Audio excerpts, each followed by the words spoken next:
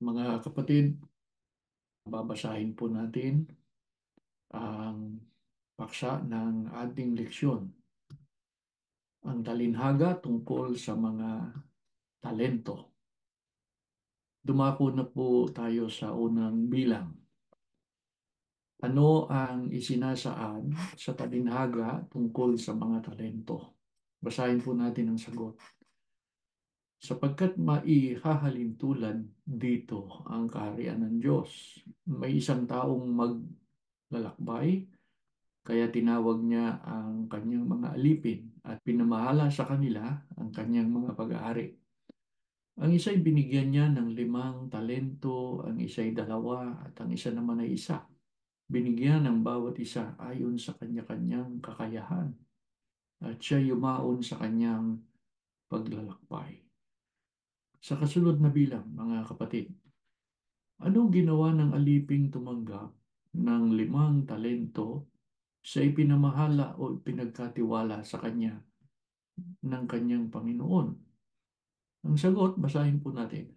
Ang tumanggap ng 5 talento, pagdakay yumaon at ipinangalakal niya ang mga yaon. At siya'y nakinabang ng 5 pang talento. Sa ikatlong bilang, ano rin ang ginawa ng aliping tumanggap ng 2 talento sa ipinagkatiwala sa kanya? Ang sagot, sa gayon ding paraan, ang tumanggap ng 2 ay nakinabang ng ibang 2 pa.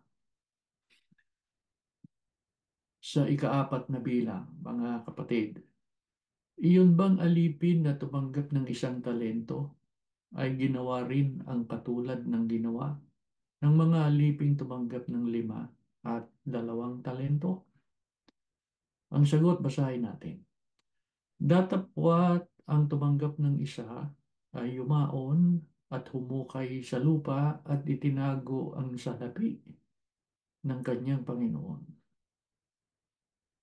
Sa kasunod na bilang, anong nangyari nang bumalik na ang kanilang Panginoon mula sa kanyang paglalakbay?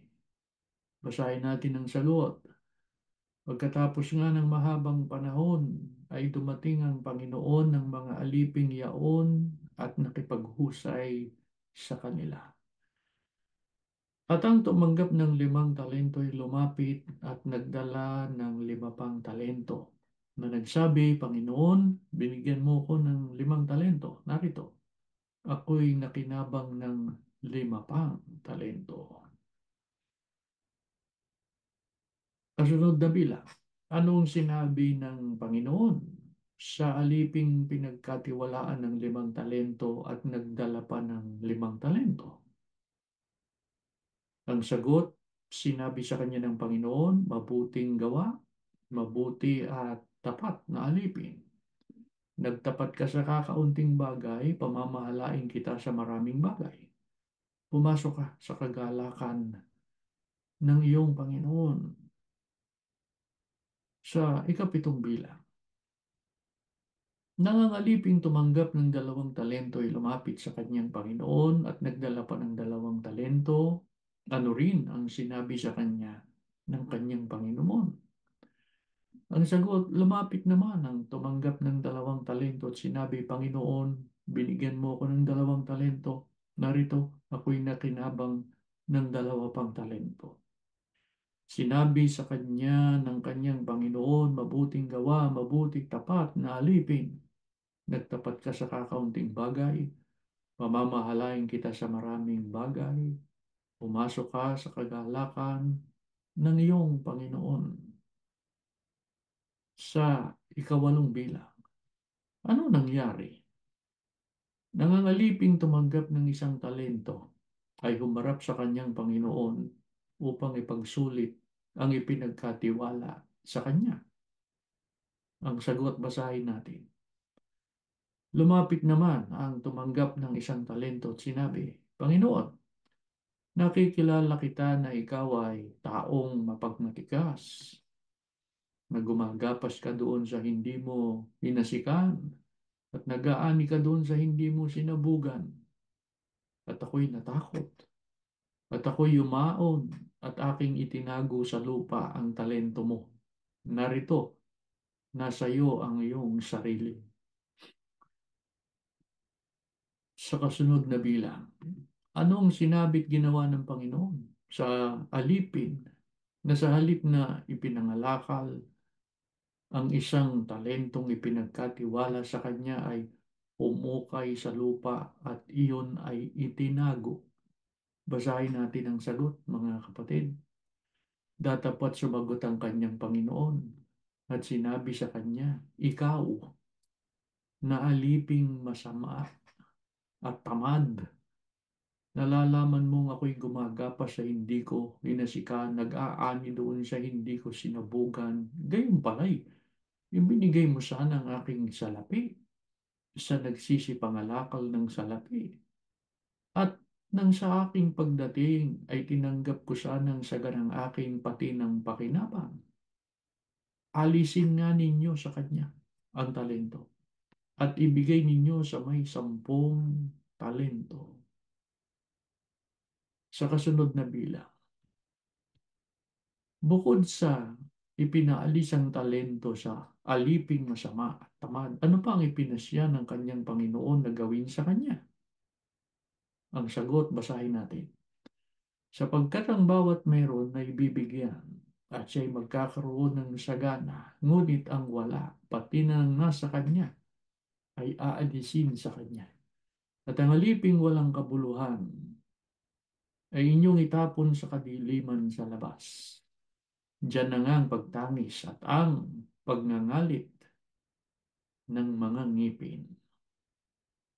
Mga kapatid, sa talinhagang ito, ang mga talento ay kumakatawan sa mga kaloob o tungkulin at pananagutang biyaya ng Diyos sa atin sa mga hinirang niya sa Iglesia ni Kristo na siyang kaharian ng Diyos dito sa lupa. Ang Panginoong Hesukristo na umakyat sa langit ay muling babalik upang pagkalooban ng gantimpala ang tumanggap ng tungkulin at pananagutan na nagpakatapat at ginawa ang ayon sa inaasahan ng Diyos. Sa kabilang dako naman, parurusahan naman niya ang mga lingkod niya na nagtamad. Pinabayaan ang sagutin na ipinagkaloob sa kanila o hindi ginawa ang ayon sa inaasahan ng Diyos. Dumako tayo sa kasunod na bilang. Anong katunayan ang ating mga tungkulin at pananagutan sa Iglesia ay mga kaloob na tinanggap natin sa Diyos at anong inaasahan niya sa bawat isa sa atin. Basahin natin ang sagot. Tumanggap tayo ng iba't ibang kaloob ayon sa kagandahang loob ng Diyos. Kaya gamitin natin ang mga kaloob na yan. Kung ang ating kaloob ay pagsasalita ng pahayag mula sa Diyos, magpahayag tayo ayon sa sukat ng ating pananampalataya. Kung paglilingkod ang ating kaloob, maglingkod tayo. Magturo ang tumanggap ng kaloob sa pagtuturo. Magpalakas ng loob ang may kaloob sa pagpapalakas ng loob. Kung pagbibigay ang inyong kaloob, magbigay kayo ng buong puso. Kung pamumuno naman, mamuno kayo ng buong sikap. Kung pagkakawang gawa ang inyong kaloob, gawin ninyo yan ng buong galak.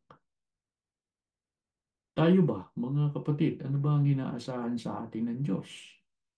Ang sumunod sa kanyang mga kalooban, ang sumamba sa kanyang pangalan.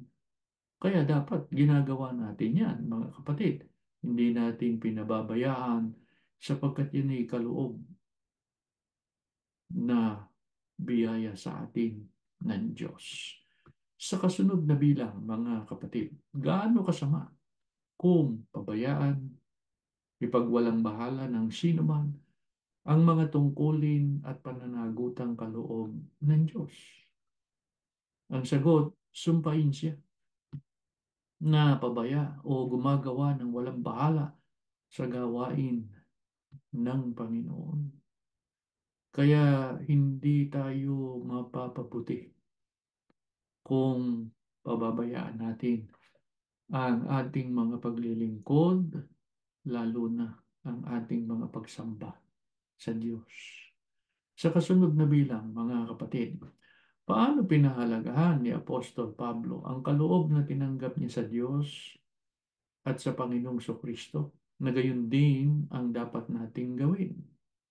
Basahin natin ang sagot, mga kapatid. Subalit hindi ko itinuturing na mahalaga ang aking buhay.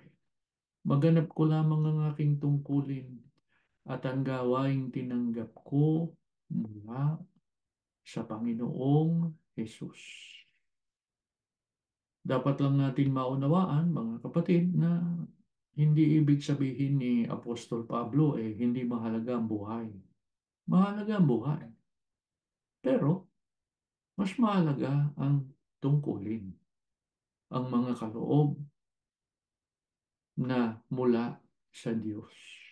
Kaya para sa atin, mahalaga lang ang buhay kapag natutupad natin ang ating tungkulin, ang ating mga pananagutan sa Diyos.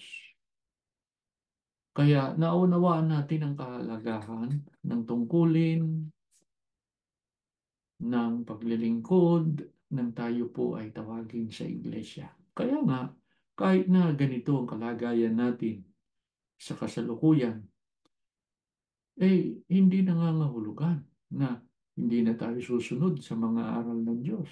Hindi nangangahulugan na hindi na tayo sasamba. Kaya nga, ito pagsamba natin Pagtalagahan natin ito.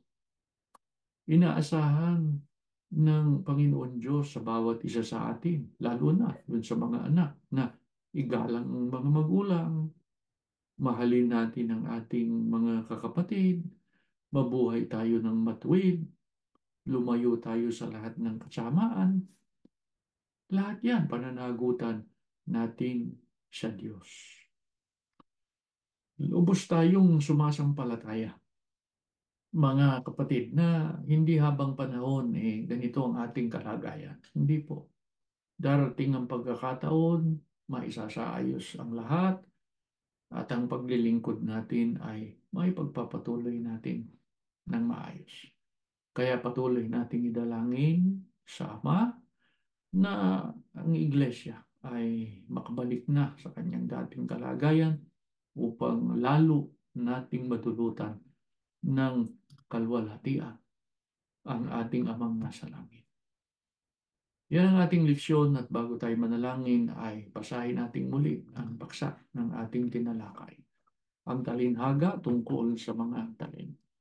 Tumayo po kayo at mananalangin tayo.